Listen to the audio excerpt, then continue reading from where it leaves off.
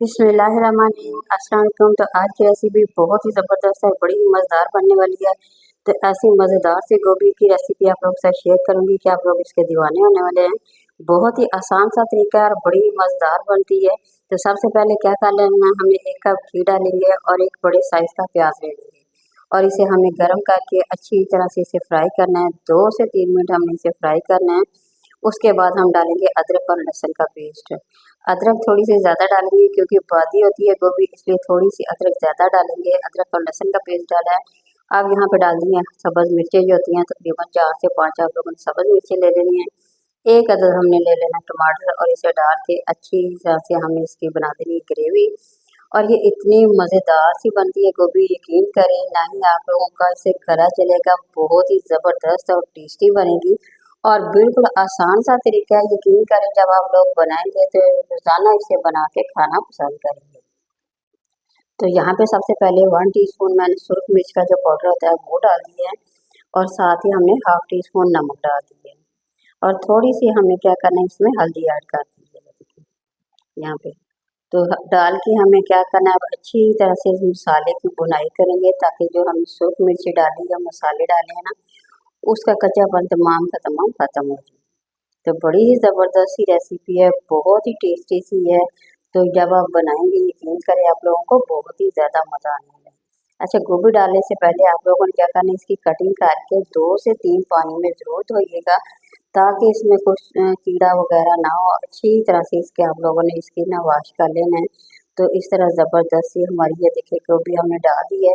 तो अब यहाँ पे आप लोगों ने इसकी ज़्यादा बुनाई करनी है, ना कि इसके एंड पे करेंगे। सबसे मेन तरीका इसका यही है। तो यहाँ पे तकरीबन मैंने 2 से 3 अदद आलू डाल दिए हैं। तो यहाँ पे हमने क्या करना है, अब इसकी बुनाई करनी है।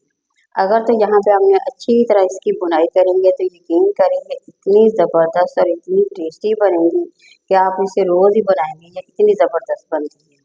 तो एक दफ़ा आप लोगों ने ज़रूर ट्राई करना है। रेसिपी पसंद आ रही है तो ज़रूर लाइक करें, शेयर करें। नए चैनल देखने वाले ज़रूर इसको सब्सक्राइब करें।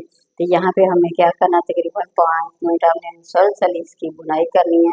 दरमियानी आंच रख के फिर हम इसकी क्या करेंगे, बुनाई करनी है।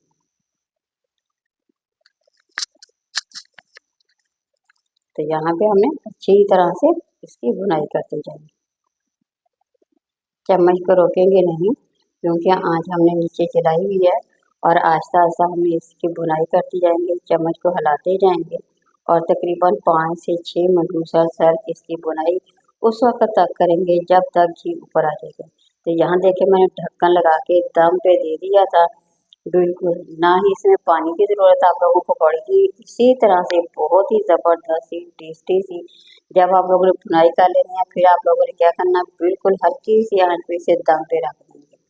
तो आप लोग खुद देखेंगे इतनी ये ज़बरदस्त और जायकेदार बनेगी ना, यकीन करें सब्ज़ी का भी जायका मिलेगा, वैसे भी मज़ेदार आप लोगों को मिलेगी। इसका इतना ज़बरदस्त सा फ्लेवर लगेगा कि आप लोग इसे बार बार इसे बनाएंगे।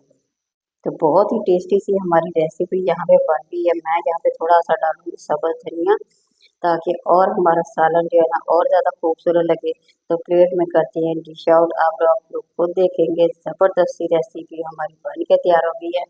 तो गरम गरम तंदूर की रोटी के साथ खाएंगे तो यकीन करें आप लोगों को बेहद मज़ा आता है।